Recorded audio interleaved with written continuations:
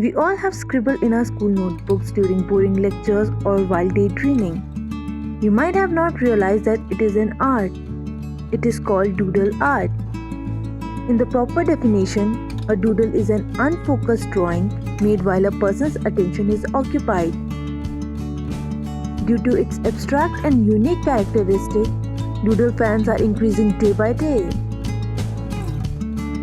The word doodle first appeared in the early 17th century to mean a fool.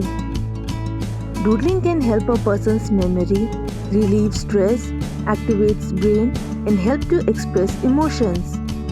Doodling is like thinking in pictures. If you are new at doodling and wondering how to start it, let's begin with few tips.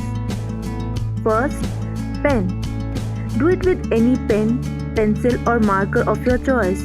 Make sure you should be comfortable working with it. Paper.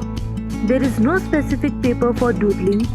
You can start doodling on any shape, size or type of paper. Grid papers can make figure drawing easy.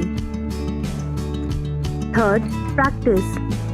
Start with basic shapes, lines, and also you can start practicing others' doodle in beginning and then gradually develop your own style.